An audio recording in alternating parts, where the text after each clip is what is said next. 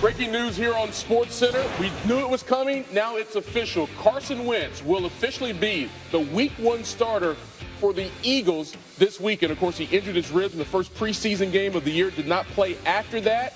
But after Sam Bradford was moved to Minnesota, Wentz is now your quarterback. New here on SportsCenter, here's Doug Peterson. Carson Wentz will start the game on Sunday. Chase will be number 2. And we're moving forward in that direction. Everybody feels like this kid's ready to go, you know. And we drafted him to take on the reins, and you know, it's something now that we're prepared to do, and looking forward to Cleveland, and you know, one day at a time with him, and at the same time we've got to be you know, obviously smart in how we handle it. But at the same time, fully expect him to perform like he's capable of performing, and what we've seen throughout OTAs and training camp. By the way, Wentz will be the first rookie quarterback to ever start a season opener for the Eagles. No pressure, kid. Zero. No pressure Zero at all. pressure. In history? By the way. History. In history. By the I was way, told. That's a great history of the Philadelphia Eagles. I say Right. that as a former Eagle. A few days ago, you didn't even have a chance of this happening because Sam Bradford was the starter. And then all of a sudden, Teddy Bridgewater gets hurt. And the trade talks begin, they get it done, and all of a sudden, hey, Carson Wentz, you're in. What do you make of this decision for them to give the reins to Carson Wentz now? It was the right decision. I said this when they drafted him. I said if it was close, he should start. And now he's starting. Sam Bradford's gone. They got a first-round pick, so they're going to start a rookie quarterback. And that's okay, I think, for this reason. The fans in Philadelphia understand this. They understand what this team is going through right now. It's going through a transformation.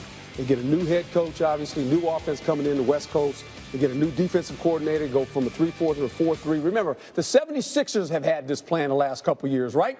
So the Philadelphia fans are well aware that we're going to start a rookie quarterback. Now, the good thing is that they're playing a team that's going through the same transformation, right? The Cleveland Browns. Yeah. So it's kind of interesting, but this guy, I think, when I've watched him play, the 24 throws that he's had so far in pro football, his internal clock has to speed up. That's the problem with most young guys. Now, he thinks the game was fast in the preseason. It's really going to be fast now in the regular season, but he has to get the ball out of his hand. This offense will allow him to do that. They will orchestrate formations and situations for this guy to have some success early. He needs to have success on early downs. Complete the ball. That's what you want to see a young quarterback do.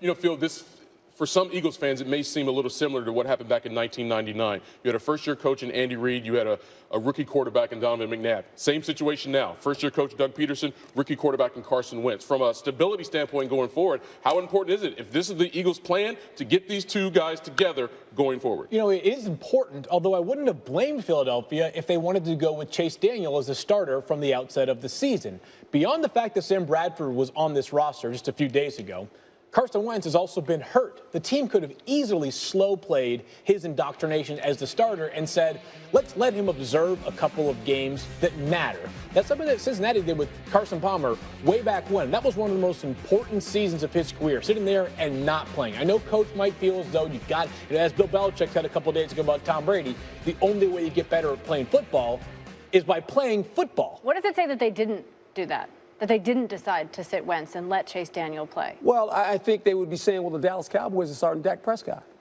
in the same division, a rookie quarterback, with a rookie running back. So, I mean, we can say all that stuff is nice. You know, we'd like to do this. We said this about Blake Bortles. I can remember sitting in here. Blake Bortles, we got this plan. All plans are good until they can't be changed. Then it's a bad plan. Well, you got to change your plan sometimes. And the plan now is, you know what? We're going to start this guy. We're going to put him out here. And guess what? The team gets it. The team on both sides of the ball, those veteran guys are going, you know what? Okay, we got a rookie quarterback. I promise you this is the number. These are the numbers. He's going to throw it to the other guy 20 times. That's what they do.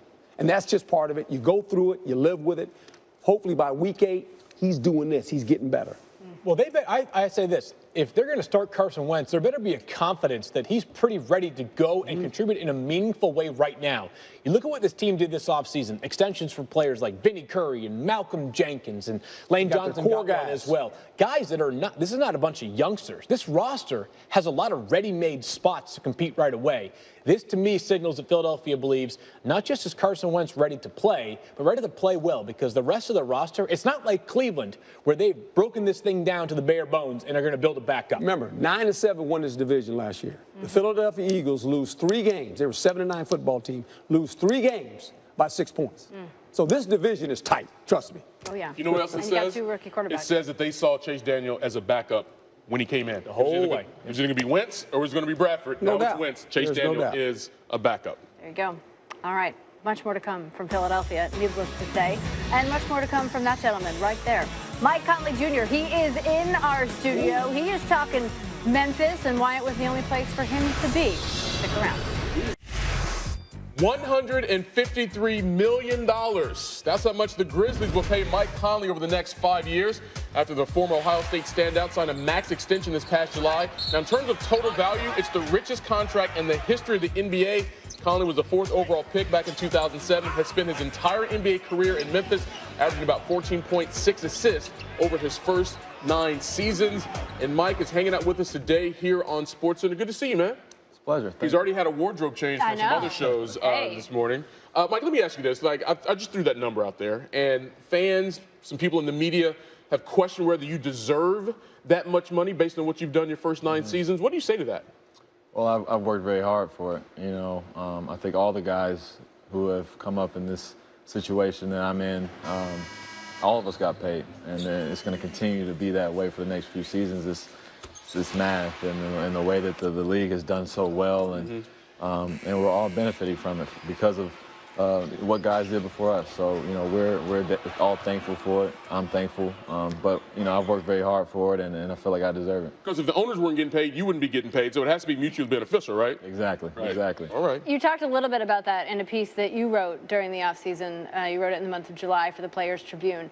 And part of what you said was this: I'm tired of being underrated. I'm tired of being overlooked. We all are. In Memphis, we don't talk, we ball. Why did you want to get this message out there, Mike? Well, I think it's a little bit of frustration built up over the years because in Memphis we don't get that much attention because of smaller market. We expect that, but we get overlooked. And myself, it's easy to you know, take offense to a lot of things that people might say.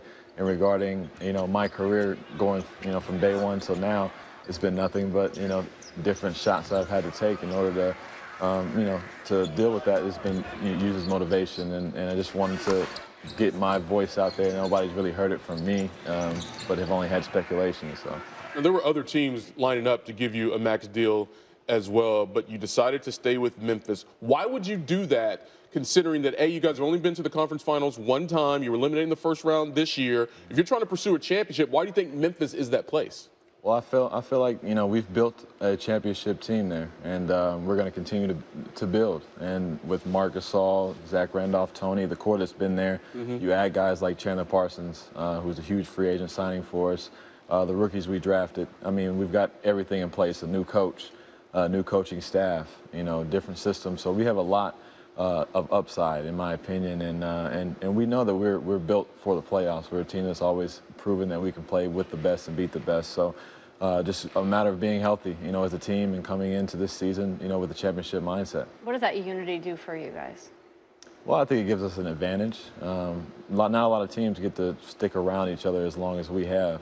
I've played in Memphis for 9 seasons, and Mark's been there for 8, and you know, Tony and Zach have been there forever. I mean, it's just not a lot of teams have that. San Antonio would be one that comes to mind, and you see the success that they have because of the ability to keep the same guys around and you know, the same kind of camaraderie. You know, Mike, over the last several months, even going into maybe last year, we're starting to see a trend with athletes, both professional and also in college, getting more involved in social issues. We saw Dwayne Wade, Carmelo Anthony, Chris Paul, and LeBron James at the ESPYs. Colin Kaepernick is making a stance. Megan Rapinoe just showed her solidarity last night. From your standpoint and your experience, what is your opinion on where athletes should be involved in social issues? Well, I think athletes should be involved in it. I think it's you know, we're citizens just like everybody else. We're people that want to see change, and in order to do that, we all have to, you know, find a way to get together and do that. And what Kaepernick and CP and LeBron, all those guys are trying to do is raise that awareness and band everybody together and find a way to resolve our situation that we have here. And we have to be involved because we are role models, regardless of what, you know, we may feel. But everybody, the kids look up to professional athletes, so we have to be a voice for those who might be voiceless. What's your own personal reaction to Colin Kaepernick and his stance? Well, I feel like he has the right. He's peacefully protesting in a way that I know a lot of people, take offense to, which is you would expect that. But like I said earlier, I have the utmost respect for all the men and women who serve for our country now and those before us. And I wouldn't be sitting here today, and a lot of us wouldn't be doing the things we do without that. And but what Colin's doing takes a lot of courage. I think anybody else in his position might not do that. So a lot of people are proud of him and on his side. A lot of people outside Memphis may not realize that Mike is also very involved in the community there in Memphis. A lot of at-risk kids, you're involved in that.